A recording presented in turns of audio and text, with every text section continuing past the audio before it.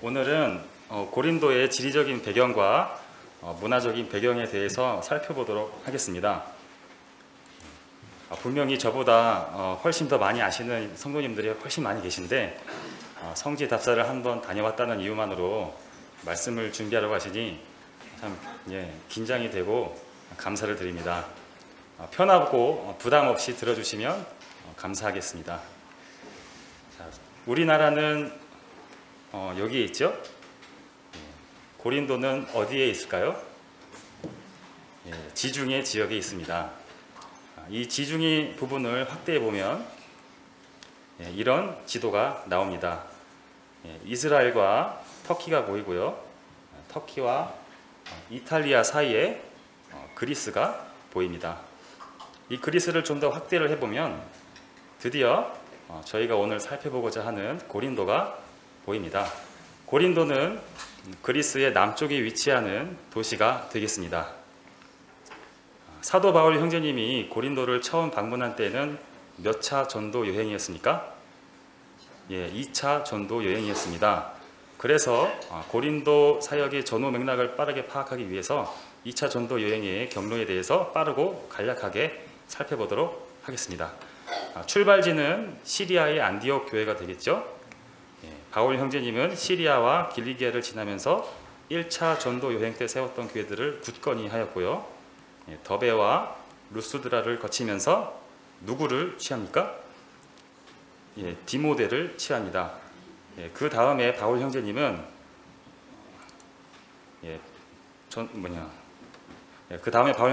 브루기아와 갈라디아를 두루 다닌 뒤에 아시아 지방으로 들어가서 전도를 하고자 하였지만 성령님께서 막으십니다.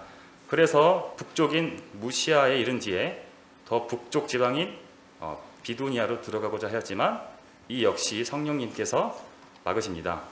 그러면 남은 길은 서쪽뿐이죠. 그래서 사도 바울은 드로아로 향하게 되고요. 드로아에서 누가복음과 사도행전의 저자인 누가를 만나게 됩니다. 또 사도 바울은 드로아에서 마케도니아인의 환상을 보고 본래 들어가고자 했던 아시아가 아니라 유럽으로 들어가게 됩니다. 바울 일행은 드로아에서 배를 타고 사모드락의 섬을 거쳐서 빌립보의 외항인 네아폴리스에 상륙을 하고요. 그 다음으로는 걸어서 빌립보로 들어가게 됩니다. 빌립보에서 누구를 만납니까? 유럽 선교 사역의 성도 1호 자매님이었던 자주색 옥감 장수 루디아 자매님을 만나고요. 또 귀신 들린 소녀를 고치고 감옥에 갇혔다가 간수를 구원받게 하는 일이 일어나는 도시가 바로 빌립보가 되겠습니다. 그 후에는 암피폴리스와 아폴로니아를 거쳐서 데살로니가로 들어가게 되는데 데살로니가에서는 유대인들의 격렬한 핍박이 있었습니다. 유대인들이 시장 잡배를 동원해서 바울과 성도들을 핍박을 했지요. 이 유대인들을 피해서 사도 바울 형제님이 몸을 피한 곳이 바로 그 신사적이기로 유명한 베레아입니다. 하지만 데살로니가에서 도시락을 싸들고 쫓아온 유대인들 때문에 사도 바울 형제님은 배를 타고 아테네로 향하게 됩니다. 아테네에는 철학자들이 많았고요. 사도 바울 형제님은 그들과 논쟁을 합니다. 아레오바고 사건 이후로 사도 바울 형제님은 다른 도시로 이동을 하게 되는데 그 도시가 바로 저희가 오늘 살펴볼 고린도가 되겠습니다. 고린도에서 사도 바울 형제님은 상당히 긴 시간을 머문 것으로 기록이 되어 있습니다. 무려 1년 6개월, 18개월 동안 고린도에서 사역을 하게 됩니다. 고린도에서 사도 바울은 평생의 동역자인 브리스길라와 아굴라를 만나게 되고요. 고린도 사역을 마치고 고린도의 항구였던 겐그레아에서 일전에 서원한 것 때문에 머리를 깎고 에베소를 잠시 들려서 브리스길라 아굴라 부부를 내려주고 예루살렘으로 올라갔다가 시리아의 안디옥으로 들어가 사도 바울 형제님의 2차 전도 여행은 마무리가 됩니다. 자, 이제 본격적으로 고린도 여행을 떠나도록 하겠습니다. 사진 속을 보시면 고속도로 표지판에서 보시듯이 현재에도 고린도라고 불리우고 있습니다. 아테네는 여기 있죠. 지금 그리스의 수도가 되겠습니다. 고린도는 이곳에 위치하게 됩니다. 고린도는 펠로폰네소스 반도와 그리스의 아가야 지방을 잇는 좁은 길목에 위치하는 도시가 되겠습니다. 좁아지는 목 부분을 표현하는 단어로 이스무스라는 단어가 있는데요. 여기에 땅에 붙이는 전미사인 IA를 붙여서 이스티미아라고 불리우는 지역이 고린도에 있었는데, 당시 고린도는 2년마다 이스티미아 제전, 즉 체육대회를 열었습니다. 사도 바울 형제님이 1년 6개월 동안 고린도에서 사역을 했었으니까 높은 확률로 이 체육대회를 관람하였을 것입니다. 고린도는 또 지정학적으로 중요한 도시였습니다. 여기 빨간 선은 아시아에서 로마로 통하는 백길 중에 하나입니다. 하지만 이 백길은 상당히 위험한 경로였습니다. 사도행전 27장을 보시면 사도 바울이 로마로 압송될 때에 배를 타고 가죠. 그 배가 여기 크레테 섬의 미항을 떠났을 때 유로클로돈이라는 태풍을 만나서 멜리데 섬에 난파를 하게 됩니다. 실제 이 빨간 항로는 매년 태풍이 지나가는 길목이라서 매우 위험한 항로가 되겠습니다. 그리고 이 항로는 고린도를 거쳐가는 것보다 400km 정도 더 길기 때문에 시간도 굉장히 오래 걸렸습니다.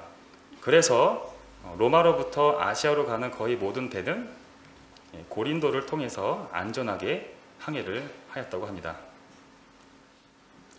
고린도의 구글 위성 사진입니다. 북쪽에 있는 만의 이름은 고린도만입니다. 남쪽에 있는 만의 이름은 샤론만입니다. 북쪽 고린도만에 있는 항구의 이름은 레카이온 항구이고요. 남쪽 샤론만에 있던 항구는 무엇입니까? 그 유명한 겐그레아 항구가 되겠습니다. 이 겐그레아의 항구에서 사도 바울 형제님은 일전에 서원한 것이 있어서 머리를 깎았다고 기록이 되어 있고요. 또 여기를 보시면 땅이 좁아져 있다고 해서 이스티미아라고 부르는데, 이곳에 이스티미아 경기장이 있습니다. 2년마다 체육대회가 이곳에서 열렸습니다. 사도 바울 형제님이 고린도에서 1년 6개월 동안 머물렀다고 기록이 되어 있는데, 이곳에서 아마 사도 바울 형제님은 필시 달리기 경기를 포함한 체육대회를 보았을 것입니다. 또 여기 보이시는 디올코스라고 하는 도로는 한쪽 바다에서 들어온 배를 다른 반대편 바다로 옮겨주는 육로가 되겠습니다. 로마에서 아시아로 안전하게 항해를 하려면 고린도를 통과해야 했다고 말씀드렸죠. 바로 이 디올코스가 있었기 때문에 가능했던 일이 되겠습니다. 이곳이 바울 당시에 고린도의 중심 시가지였습니다. 레이저 포인터가 보이시나요?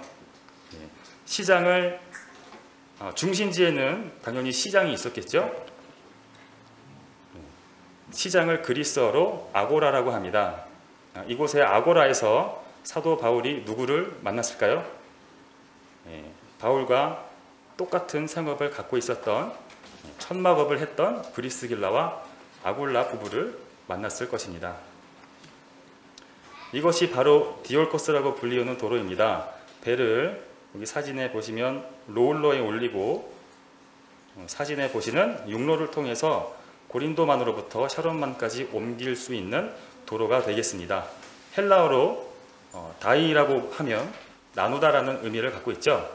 짐과 배를 나눈다는 의미가 되겠습니다. 짐과 배를 나누어서 육로를 통해서 배를 옮긴 도로가 바로 디올코스가 되겠습니다. 디올코스로 배를 옮기기 위해서 고린도는 많은 노동력을 필요로 했습니다. 거꾸로 말하자면 고린도는 많은 일자리를 제공해 줄 수 있는 번창한 도시였습니다. 또 수많은 배들이 모이다 보니 고린도에 세금이 많이 거치게 되었고 굉장히 부유한 도시가 되었습니다. 실제로 사도 바울 당시 아가야 지방의 수도가 바로 고린도였습니다. 사진에서 보시는 유물은 고린도에서 그 무거운 배를 롤러에 올리는 데 사용되었던 도르래입니다. 많은 배들이 모였기 때문에 로마와 아시아를 통하는 모든 물자들이 고린도에 집중되었습니다. 당연히 세금도 많이 거쳤습니다. 따라서 고린도는 매우 부유한 도시가 되었고요. 또 뱃사람들의 객기는 유명하죠. 뱃사람들이 많이 모였던 당시의 고린도는 오락과 유흥과 그리고 매춘이 성행했던 도시였습니다. 선장들은 고린도에 도착하면 위로의 목적으로 선원들에게 돈을 쥐어주고 고린도에 풀어놓았다고 전해집니다. 현재에는 디올코스처럼 원시적인 육로 대신에 운하를 직선으로 뚫어놓았습니다. 로마 시대에 네로 황제가 유태인 6,000명을 강제 동원해서 운하를 파려다가 실패했는데 현대에 와서 프랑스 건축가가 이 사진에 보시는 고린도 운하를 완성을 합니다. 성경적으로는 큰 의미는 없습니다. 사진에 보시는 유물은 성경적으로 좀 중요한 유물인데요. 넓적다리라고 하죠. 대퇴부 모양을 작게 만들어서 구운 토기가 되겠습니다. 이 토기의 용도는 일종의 근로계약서였습니다. 고린도 인구의 대부분은 조선업, 디올코스 운반업 등에 종사하는 사람들이었습니다. 이 토기에 일하는 기간, 옮기는 짐의 숫자, 보수 등에 관한 내용을 돈 주는 사람과 일하는 사람 하나씩 똑같이 나누어 갖게 됩니다. 하지만 당연히 돈 주는 날이 되었을 때 이 두 토기의 내용이 맞지 않는 일이 발생했겠죠.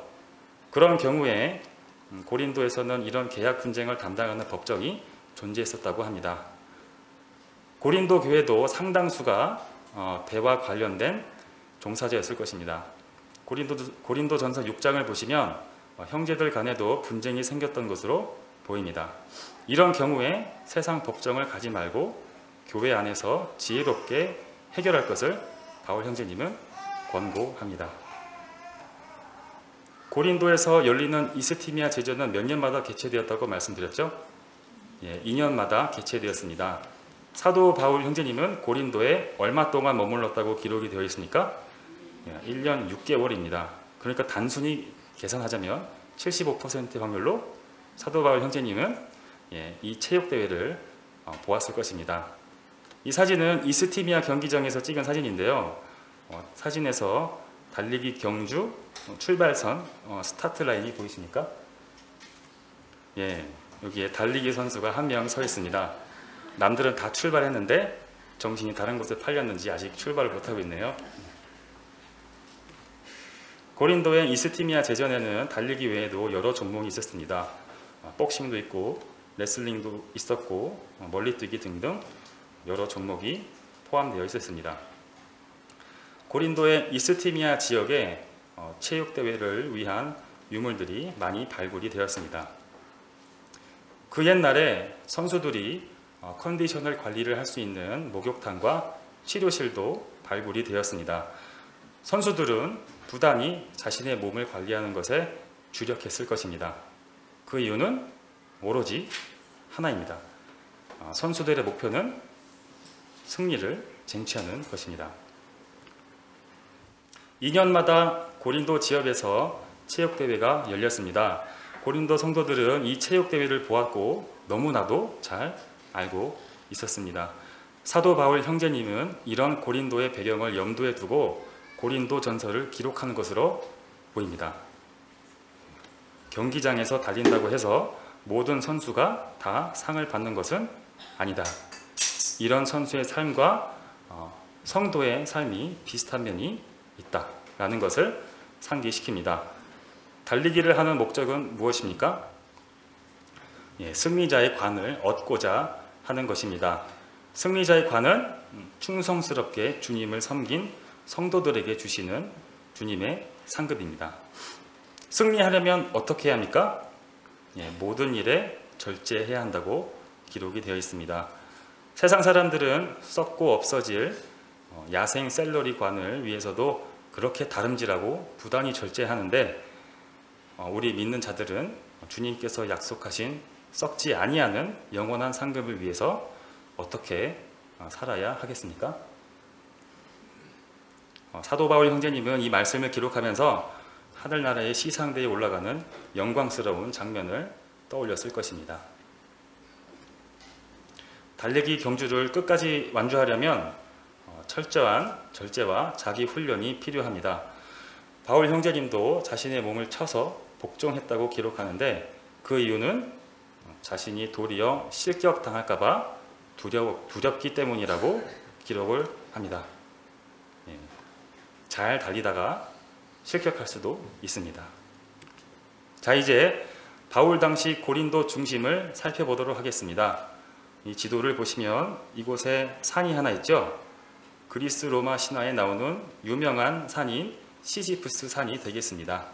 이 시지프스 산 위에는 아포로디테, 즉 비너스를 섬기는 신전이 있었습니다. 사도 바울 당시 고린도 중심 시가지는 이 시지프스 산 북쪽에 위치한 평지에 위치하고 있습니다. 이렇게 네모 박스 친 노란 선 안을 확대해 보겠습니다. 확대해 보면 이런 지도가 나옵니다. 맨 위를 보시면 에라스도 비문이라고 써져 있죠. 에라스도라는 사람은 성경에 나오는 인물입니다. 로마서 16장 23절을 보시면 에라스도는 고린도의 재무관리이고 성도로서 성경에 등장합니다. 실제 기록에 의하면 에라스도 형제님은 고린도의 관리로서 부임한 기념으로 사비를 들여서 이 극장로를 깔았다고 전해집니다. 뒤에서 더 자세히 보여드리도록 하겠습니다. 에라스도 비문 밑으로 성경적으로 별로 중요하지 않는 극장 두 개가 있고요. 동쪽에 아고라가 보입니다. 바울이 이 시장 아고라에서 누구를 만납니까? 브리스길라와 아굴라를 만났을 것입니다. 저번 주일에 나왔던 말씀 중에 하나인데 브리스길라와 아굴라는 원래 로마에 살던 부부였습니다. 그런데 사도행전에 의하면 당시 로마 황제 클라우디우스가 모든 유태인을 로마에서 나가라고 명령을 했고 브리스길라와 아굴라는 그 명령 때문에 고린도로 이제 막 도착했다고 사도행전에 기록이 되어 있습니다. 실제 역사 기록을 보면 AD 49년에 로마 황제 클라우디우스가 유대인 로마 추방령을 내렸다고 나와 있습니다. 하필이면 그때 바울이 아테네에서 고린도로 왔죠. 또 하필이면 직업까지도 같았습니다. 사도 바울과 브리스길라 아굴라 부부는 모두 천막업이 직업이었습니다. 이렇게 주님은 평생의 동역자까지도 마련해 주십니다. 이 아고라의 가운데를 보시면 베마라고 하는 재판석이 보입니다. 이곳은 사도행전 18장에 나오는 갈리오 총독이 집무했던 자리가 되겠습니다. 유대인들이 유대인 회당장 소스데네를 끌고 왔던 자리가 바로 이곳이 되겠습니다. 아폴로 신전이 아고라 바로 앞에 보이게 되는데요. 이곳에는 남사제, 다른 말로 표현하자면 남창들이 있었던 신전입니다. 고린도전서 6장 9절에 남색하는 자에 관해서 언급이 되죠. 고린도에서 1년 6개월을 기거했던 1년 6개월을 기거하면서 천막업 때문에 이 아고라를 자주 드나들었던 사도 바울은 남창들이 있었던 이 아폴론 신전을 필시 보았을 것입니다. 방금 보셨던 지도를 180도 뒤집어 놓은 사도 바울 당시 고린도 보관도입니다. 에라스도 빈문이 있고요. 에라스도 형제님은 고린도의 재무관리로서 이 극장로를 깔아주셨고 또 바울이 브리스길라와 아골라를 만났을 것으로 추정이 되는 아고라가 보입니다. 이 아고라에는 갈리오 총독이 집무하던 재판석 베마가 있고요. 이곳에 유대인들이 회당장 소스데네를 끌고 옵니다. 이것이 바로 고린도의 재무관 에라스도 형제님이 깔아준 도로가 되겠습니다. 로마서 16장 23절을 보시면 이 성의 재무관 에라스도라고 언급이 되어 있습니다. 로마서에서 기록이 되어 있는데 로마서는 사도 바울이 고린도에서 쓴 편지죠. 화면에 노란색 박스가 보이시나요? 이곳에 무엇이 있냐면 에라스도 형제님의 이름이 이 극장로 시작점에 라틴어로 새겨져 있습니다. 바울 형제님은 평생의 동역자 브리스길라 아골라 부부를 이 사진에서 보시는 고린도의 아고라에서 만났을 것입니다.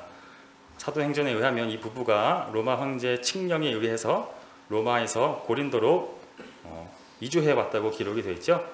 역사를 주관하시는 주님은 직업까지 같은 동역자를 예비해 주셨습니다. 아고라에서 북쪽 아폴로 신전을 바라보며 찍은 사진인데요. 앞에 상전 터들이 보입니다. 고린도는 많은 배들이 모여서 번창했던 도시였기 때문에 이 아고라에는 각종 상품들이 모여서 큰 시장이 형성이 되었다고 합니다. 이 사진은 아고라에 있는 대마, 즉 총독의 재판 자리가 되겠습니다. 사도행전 18장 12절을 보시게 되면 바울 당시 갈리오라는 사람이 아가야 지역의 총독이 되었다고 기록이 되어 있습니다. 이때 유대인들이 사도 바울과 소스데네 형제님을 이 재판석 앞으로 끌고 옵니다. 하지만 갈리오는 말과 명칭과 율법에 관한 것이라면 내가 참고 들을 이유가 없다면서 너희들끼리 알아서 해라 하고 방치를 합니다. 이 갈리오는 실존 인물이었습니다. 역사 기록에도 남아있죠. 네로 황제의 가정교사로서 유명한 세네카라는 사람이 있는데 이 세네카의 형이 바로 갈리오였습니다. 로마의 명문가죠. 이것이 실제 델포이에서 발견된 갈리오 총독의 비문입니다. 노란색 박스 안에 헬라어가 보이시나요? 감마, 알파, 람다, 아이오타, 오메가라고 써져 있는데 영어 알파벳으로 대응을 시키면 GALLIO 갈리오가 되겠습니다. 이 델포이 비문은 클라우디우스 황제가 갈리오라는 사람을 AD 51년 중반부터 1년 동안 아가야의 총독으로 임명한다는 역사적인 기록이 되겠습니다. 이 비문은 굉장히 중요한 의미를 갖고 있습니다. 첫 번째로 이 비문은 성경 기록이 사실이라는 증거를 제시를 해주고요. 두 번째로 이 비문은 바울의 1차, 2차, 3차 전도 여행의 연도와 바울이 구원받은 연도까지 계산해 줄 수 있게 하는 아주 중요한 비석이 되겠습니다. 직접 한번 계산을 해보도록 하겠습니다.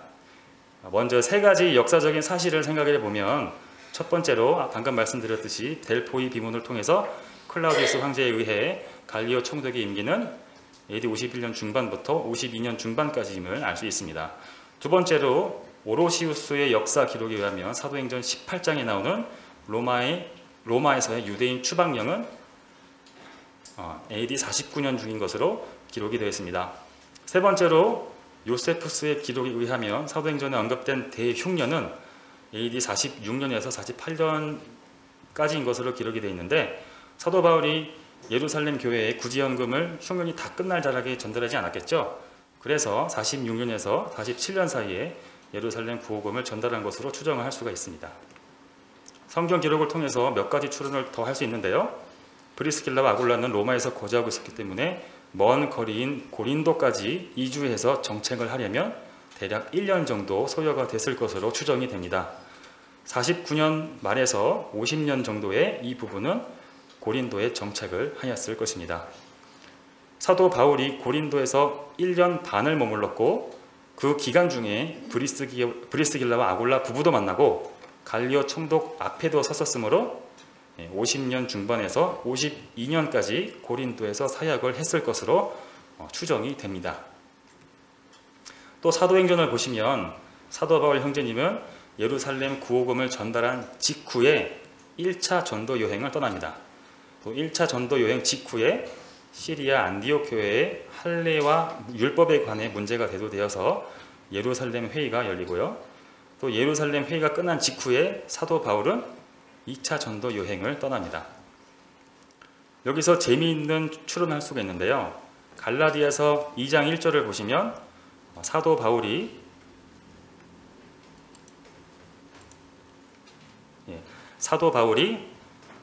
예루살렘 회의가 있었던 시점으로부터 14년 전에 회심을 했었다고 고백을 합니다.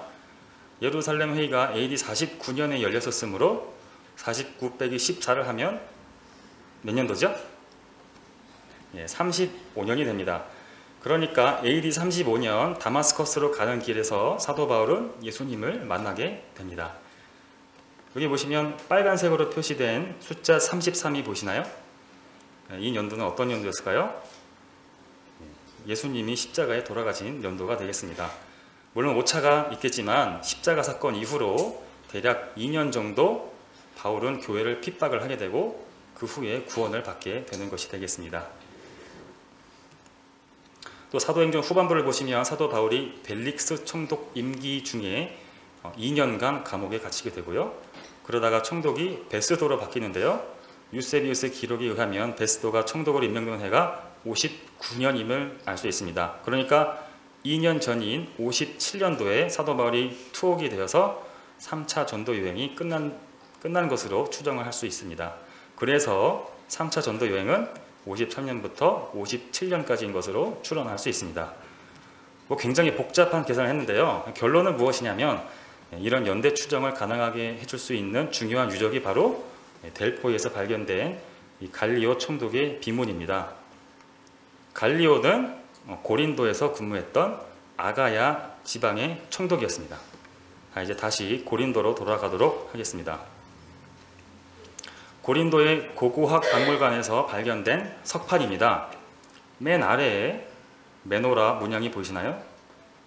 고린도의 아고라에 유태인 회당이 있었다는 증거가 되겠습니다. 사도행전 18장 4절을 보시면 사도 바울이 고린도에서 안식일마다 유대인 회당에서 강론을 했다고 기록이 되어 있죠.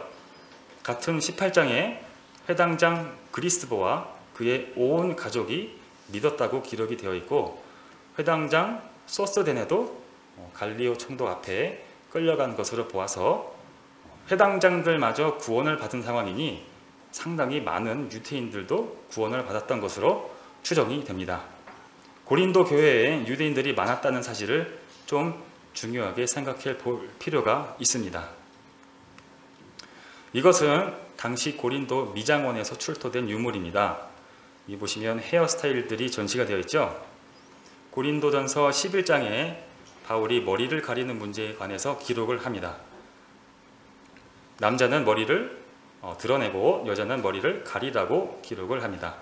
하지만 일각에서는 이 말씀이 고린도 교회에만 해당되는 말씀이라고 주장을 합니다.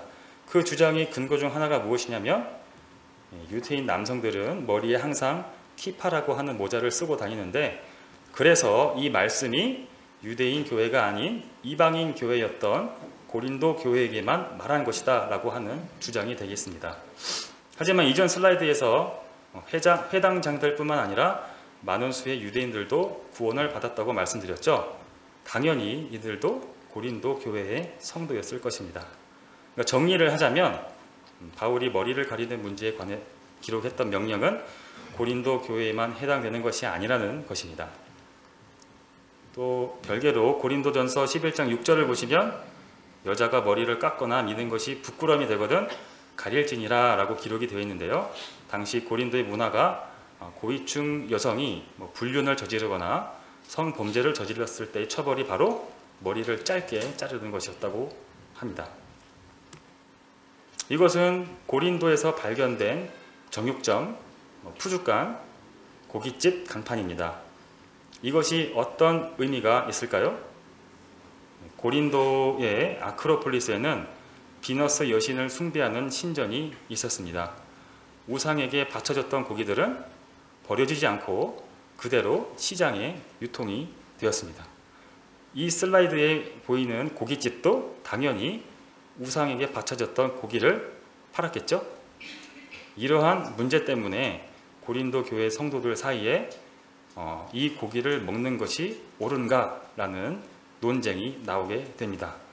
고린도전서 8장을 보시면 사도 바울은 어떤 해결책을 제시합니까? 우상에게 바친 고기를 먹는 것은 성도에게 어떠한 영향도 미치지 않는다라고 말합니다. 하지만 믿음이 약한 자들의 양심에 상처를 입힐 수 있으니 믿음이 강한 자들이 믿음이 약한 자들을 배려해야 한다고 조언을 줍니다. 먹는 것에 자유가 있다고 하니 우상 앞에 후다닥 달려가서 믿지 않는 자들과 함께 우상 숭배 제사에 참여하는 사람들도 있었을 것입니다. 사도 바울은 그것에 대해서만큼은 확실하게 선을 긋습니다. 사진은 고린도에서 발견된 시그마 테이블이라는 식탁인데요. 시그마라는 단어는 더하다, 합하다 라는 뜻을 갖고 있죠. 시그마 테이블이라고 하면 함께 먹는 식탁이라는 의미가 되겠습니다. 보통 이렇게 생긴 테이블은 기독교 문화에서 예수님과 12 제자들이 최후의 만찬을 모방하여 만든 테이블로 인식이 되고 있는데요. 사진을 잘 보시면 이 동그라미가 보입니다. 이 동그라미는 술잔을 두는 곳이 되겠습니다. 동그라미가 총 13개가 되는데 예수님과 12 제자를 합친 숫자인 13이 되겠습니다. 이 테이블은 고린도전서 10장을 연상시키는데요. 너희가 주의 잔과 귀신의 잔을 겸하여 마시지 못하고 주의 식탁과 귀신의 식탁에 겸하여 참여하지 못하리라. 아마 고린도전서의 이 말씀을 받고 나서 후대의 고린도 성도들이 이 테이블을 만들지 않았을까 생각해 봅니다. 고린도는 또 성적으로 굉장히 문란한 도시였습니다. 때문에 고린도 사람들은 성병이 굉장히 많았는데요. 화면 아래에 보시는 돌덩이들은 성병을 치유받았던 사람들이 자신의 질환 부위를 돌로 만들어 구워서 의술의 신인 아스클레피온에게 바쳤던 것들이라고 합니다. 아폴로 신전에 남창들이 있었다고 말씀드렸죠. 아고라에서 경제 활동을 했었던 사도 바울도 필시 이 아고라 앞에 있는 아폴론 신전의 남창에 대해서 주지하고 있었을 것입니다. 사도 바울은 고린도전서 6장 9절에 남색하는 자에 관해서 언급을 합니다. 최음제를 빻았던 유물들도 이렇게 발견이 되었고요. 자, 지금까지 바울 당시의 고린도의 중심 시가지를 살펴보았습니다. 이제는 여기 보이시는 시지프스 산으로 올라가서 아크로고린도를 살펴보도록 하겠습니다. 고린도의 아크로폴리스를 아크로고린도라고 합니다. 아크로폴리스가 무엇이냐면 아크로라고 하는 말은 높은 이라는 뜻을 가진 그리스어입니다. 폴리스라는 말은 도시라는 뜻을 가진 그리스어가 되겠습니다. 그러니까 아크로폴리스라는 말은 높은 곳에 있는 도시가 되겠죠. 아크로폴리스는 그 도시의 주요 신전과 외세의 침략 시 방어를 위한 요새가 구축되었던 높은 지대가 되겠습니다. 그리스의 큰 도시들마다 아크로폴리스가 있는데요. 고린도의 아크로폴리스를 특별히 아크로고린도라고 부릅니다. 이 아크로고린도에 아포로디테, 그러니까 비너스 신을 섬기는 신전이 있습니다. 이곳에는 1000명의 여사제가 있었습니다. 아크로고린도의 위성 사진인데요. 아크로고린도는 이렇게 시지프스 산 위에 지어져 있고요. 성문이 3개나 되죠. 성벽도 3겹으로 지어진 아주 큰 요새가 되겠습니다. 이렇게 가파른 성문 3개를 올라가서 쭉 산을 타다 보면 아프로디테 신전터가 나타납니다. 아크로고린도에 올라가면 북쪽으로 아까 보셨던 고린도 중심 시가지가 보이고요. 그 너머로 고린도만과 레카이온 항구가 한눈에 보입니다. 그러니까 저 멀리서 적군이 배를 타고 오는지 안 오는지 한눈에 볼 수 있는 중요한 위치가 되겠죠. 이 고린도만을 타고 쭉 배를 타고 가다 보면 역사에 관심이 많으신 분들이 아실 수도 있는 레판토가 나옵니다. 레판토는 세계에서 유명한 해전 중에 하나였죠. 이곳에서 문학에 관심이 있으신 분들은 아실 수도 있겠지만 레판토 해전에 참여했던 문학가 돈키호테를 쓴 세르반테스가 이 부근에서 전투를 하게 됩니다. 아무튼 다시 고린도로 돌아와서 비너스 신전, 즉 아프로디테 신전은 아크로고린도 위에 존재했습니다. 이곳에는 1000명 이상의 여사제, 다른 말로 표현하자면 매춘부들이 있었습니다. 뱃사람들이 고린도에 상륙을 하면 제일 먼저 어디로 갑니까?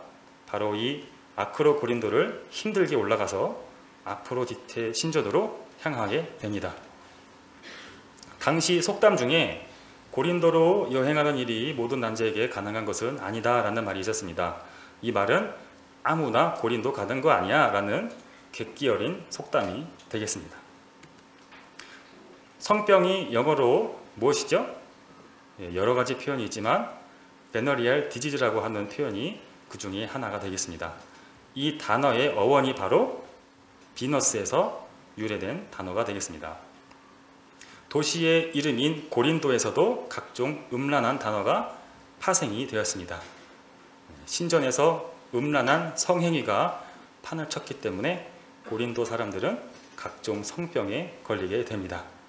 하지만 이런 고린도에서도 수많은 영혼들이 복음을 듣고 구원을 받게 됩니다. 그래서 생긴 교회가 바로 고린도 교회였습니다. 당시 고린도 교회가 처한 상황은 무엇이었습니까? 도시 자체가 음행과 우상숭배와 간음, 남색, 탐욕, 도적질이 팽배했었기 때문에 고린도 교회도 이를 따라서 오염이 되었던 상태였습니다. 그래서 사도 바울이 에베소에 있을 때 근심 한가득 펜대를 들어 고린도 교회에 편지를 씁니다.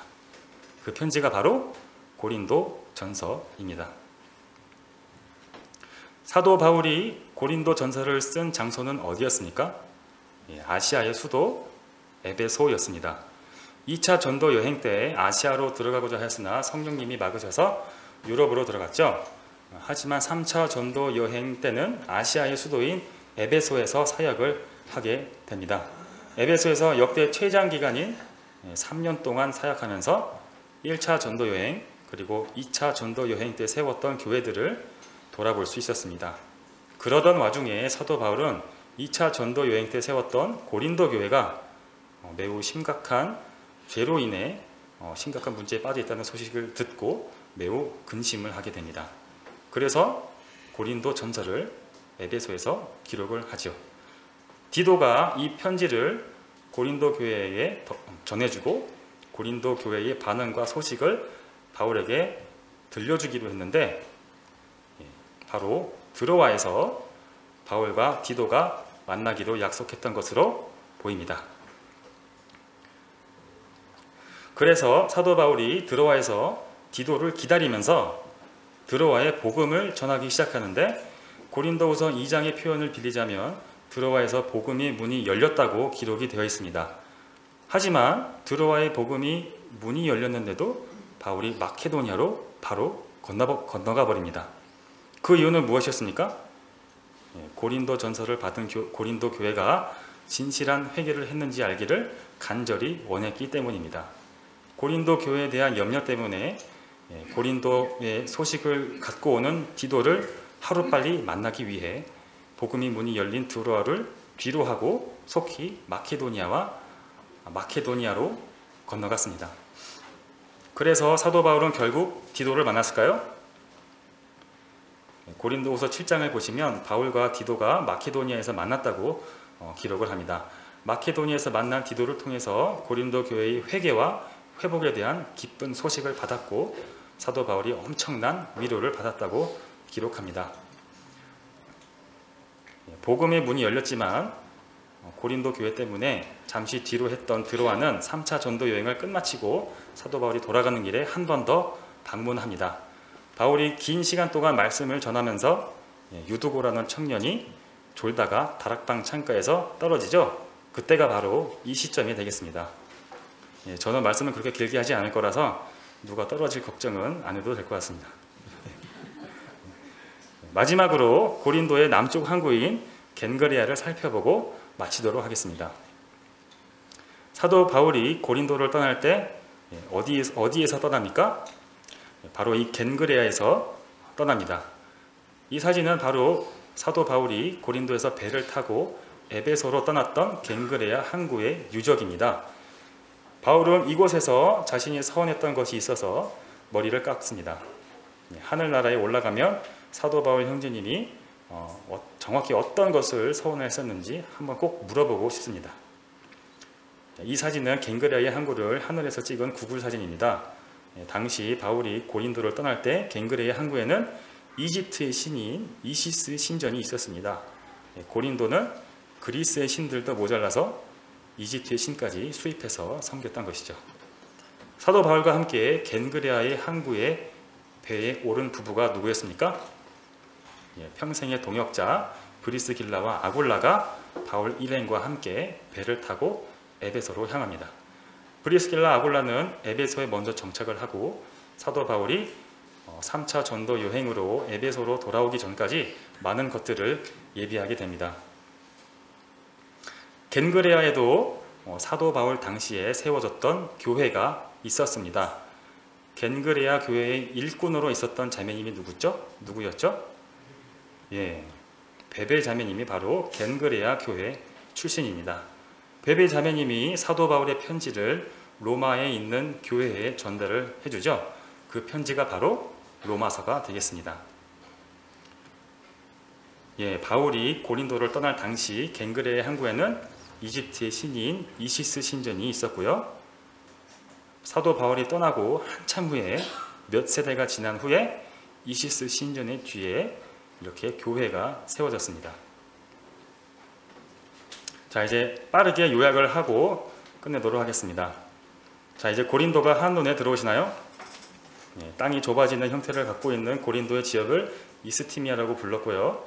여기서 2년마다 이스티미아 제전이 열렸습니다. 이때 열렸던 달리기 경기를 사도 바울과 고린도 교회 성도들은 반드시 보았을 것이고, 이 경기를 연상시키는 믿음의 경주에 관한 구절이 고린도 전서에 기록이 되어 있습니다. 디올코스 덕분에 많은 배들이 고린도를 통해서 안전한 항해를 할 수 있었고, 때문에 고린도는 매우 번창했지만 성적인 타락과 도덕적인 범죄가 창궐하던 도시가 되었습니다. 고린도 교회도 이런 배경에서 자유롭지 못했습니다. 이 때문에 사도 바울은 에베소에서 고린도 전서를 써서 디도편으로 전달하게 됩니다. 고린도의 중심 쪽에는 시지프스 산이 있었는데요. 이 산 위에 아크로 고린도가 있었고, 아크로 고린도 위에는 1000명의 여사제가 있었던 아프로디테 신전이 있었습니다. 그리고 고린도에는 2개의 항구가 있는데, 북쪽 고린도만에는 레카이온 항구, 남쪽 샤론만에는 겐그레아 항구.